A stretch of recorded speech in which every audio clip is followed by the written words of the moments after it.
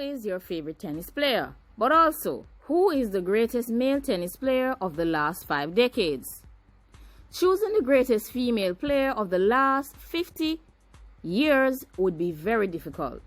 However, we have decided to embark on selecting the greatest male tennis player for the last 5 decades.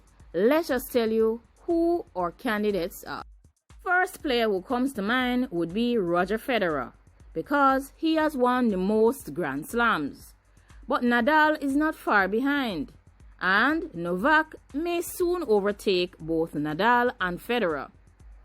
But let us reflect about past tennis players. What about Pete Sampras? What about Boris Becker, John McEnroe, and Jimmy Connors? And of course, we forgot to mention Bjorn Borg. All these players stand a great chance of giving these 3 modern-day tennis stars a run for their money. Which of these great tennis stars are the greatest? Or are we missing someone else from our list? Please leave your feedback down below and tell us, who do you think is the greatest tennis star of all times? Who has been the greatest tennis star over the past 50 years? You need to do some comparisons. Who has won the most doubles? Who has won the most singles? Who has won the most Grand Slams on clay, on grass? Who has won the most tennis matches? Who is the greatest tennis male player of all time? Let us look at Novak Djokovic. He is a speeder super server who masters mind games. Of course, in 2007, Roger Federer wreaked havoc on the world. A young Serbian with so spectacular flexibility and an amazing backhand. As Roger Federer rose to fame and rose up along the tennis rankings, Novak Djokovic passed a series of players who lost to the best before they could even. Last year we wondered if Roger Federer was going to be having his last set of tennis matches on the court. We also wondered if he was approaching his existential peak. We also feared that a life without Federer would not be worth living. Of course, Federer was 38 last year, and although he was still at the top of his game, he was currently ranked 3rd, and there was a threat to win any tournament that he enters. We thought that his retirement was looming. But as the 2020 season got underway, we realized that Federer had something else up his sleeve, and we as Federer fans had to worry about other players. At some point in 2020, Rafal Nadal is also likely to equal and may even surpass Federer's foremost achievements. Federer's achievement of 20 Grand Slam single titles. Nadal's victory at last year's United States Open was his 19th major title. He got his first chance to reach 20 at the Australian Open in Melbourne, which started in 2020. Then we assume that Federer doesn't potential to win the Australian Open. Then of course Nadal will probably tie the record at the French Open in June. Then we consider that Nadal will be playing on clay in Paris and would remain the surest bet in sports if we bet that Nadal would beat Federer in that game. Later, Federer captured that Grand Slam a dozen times. Of course, he is about 5 years younger than Federer, and it seems almost certain now that he will finish his career with more majors, which will arguably give him a stronger claim to being the greatest male player of all times. What we call the GOAT, to use a popular acronym. That is not how this story was supposed to end. Or maybe we've been telling ourselves stories as we continue to ponder and wonder about who is the greatest tennis star of all times in the male category.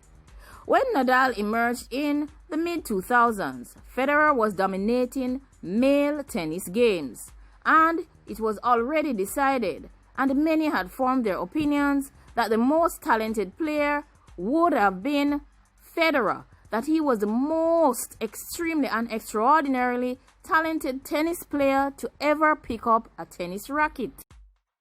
Later, it was also widely agreed that in order for Federer to fully recognize and realize his potential, he needed an opponent who would seriously push him. Nadal, just a shaggy-haired teenager from Majorca who liked to play in sleeveless shirts and pirate pants, became the designated opponent. Finally, Federer had a challenger that would help him to fulfill his destiny towards tennis greatness. We waited for the 2006 Wimbledon final between Federer and Nadal.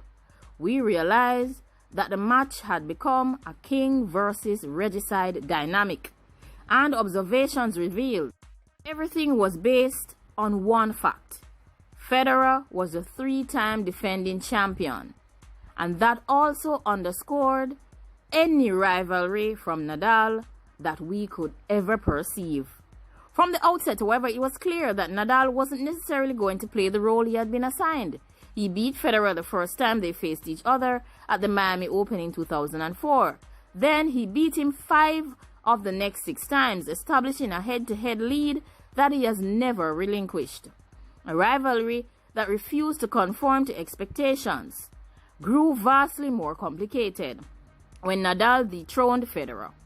Federer was dethroned by Nadal at Wimbledon in 2008 in a nearly 5-hour epic and amazing tennis match, which later gained the title of being the greatest tennis match ever played. In early 2009, Nadal beat Federer to win the Australian Open. Federer broke down during the trophy ceremony, saying that, "Oh my, this is causing me great harm," a poignant indication of just how much the script had flipped. Nadal was supposed to make Federer better, not make him cry. But in June 2009, Federer won his only French Open, taking advantage of Nadal's shocking 4th-round loss in Paris, and he reclaimed his Wimbledon title by the following month. That victory was his 15th major, breaking the record held by Pete Sampras. Nadal had just 6 majors at that point. I'm using just. Ironically, that Federer's record seems safely out of reach.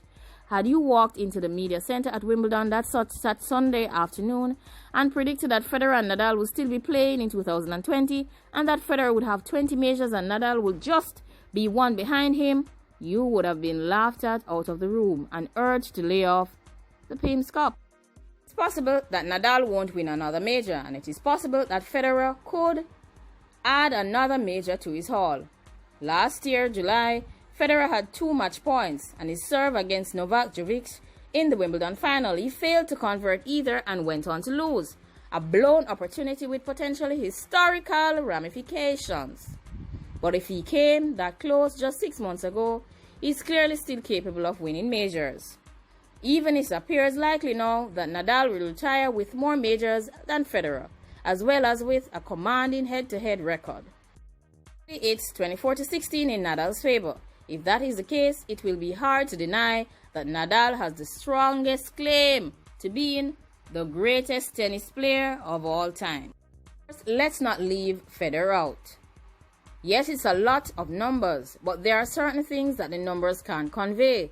They won't show that Federer played tennis more beautifully than it has ever been played, or that during his career, he was the world's most adored athlete, revered for the elegance of his game and his graciousness on and off the court.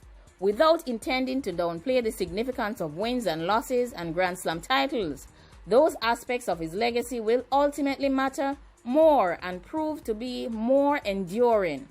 Of course, if Federer feels like winning a few more majors just to cushion his lead, we will be extremely happy to support the great man, Roger Federer. So let me know, Who is the greatest tennis player of all times?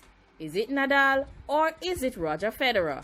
Now, like, comment, share, and subscribe. Leave your comments down below and let us know what you think about who is going to win the next Grand Slam title. Is it Roger? Is it Federer? Is it Nadal? Let me say it again. Is it Roger Federer? Is it Nadal? Or will it be Djokovic? Thanks for watching the Learning Academy. Like, comment, share, and subscribe. Leave your feedback down below. Subscribe if you have not already done so. Thanks for watching.